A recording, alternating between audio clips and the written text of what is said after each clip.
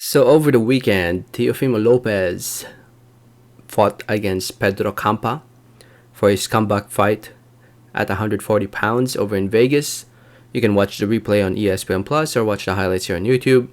And yeah, fight lasted 7 rounds with Lopez winning the fight by TKO. And yeah, I would say it was a pretty one-sided fight. I mean, Campa did have moments here and there. He was able to land some good clean shots on Lopez, but for the most part, Lopez um, won pretty much every single round. I think there's one round where you could give to Campa because Lopez kind of just took a break in that round. But for the most part, Lopez was out punching, out landing Campa. Gotta give props to Campa, man. He has a good chin. He was getting hit with some good, clean punches. But eventually, he got knocked down in the seventh, which led to the stoppage win for Lopez. Referee Tony Weeks just stopped the fight after Lopez was putting a beating on Campa. Campa was still up on his feet, but he was getting hit clean.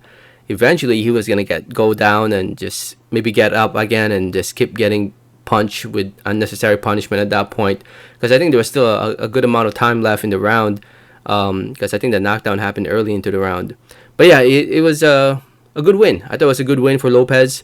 A much needed win for Lopez to get the confidence back after losing to George Kambosos. You can tell by the emotions after the fight. While he was dancing, you can tell that he's crying, and he got a win. He got a win, which was expected. Now fighting and campaigning at 140 pounds. After this fight, can he compete against the top of the division at 140 pounds? If we look at 140 pounds, Josh Taylor holds the Ring magazine as well as the WBO belt. He no longer holds the WBA. He no longer holds the WBC. And I'm pretty sure he'll get stripped off the IBF soon because he was recently ordered to fight Ponce. And I'm sure he's not going to fight Ponce. But looking at the 140-pound division, it's not an easy division. It's not, I mean, look at this.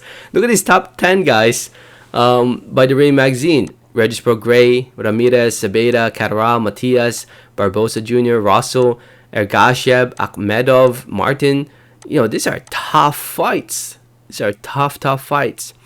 Realistic fights are against Ramirez in the future. Zepeda is going to fight Prograis, or was ordered to fight Prograis for the vacant WBC title. He can probably fight the winner of that fight or fight the winner of Josh Taylor versus Catterall in the future. They're kind of busy doing their thing. Ramirez is getting married. Prograis and Zepeda are fighting each other. Catterall and Josh Taylor will be fighting each other again, looks like. So Barbosa Jr. is probably the easiest fight to make right now. Biggest fight to make right now. Because if you guys don't know, Teofimo Lopez plans to come back in December. I think he said pay-per-view, but it's not going to be pay-per-view. I'm pretty sure it's going to be regular ESPN. Teofimo Lopez ain't no pay-per-view star, in my opinion. He's a decent star. He's a decent name, especially after he defeated Lomachenko. But his popularity went down after losing to George Kambosos. So, in my opinion, I don't think he's a pay-per-view fighter. But I hope the Barbosa fight happens. I think that's the easiest fight to make right now.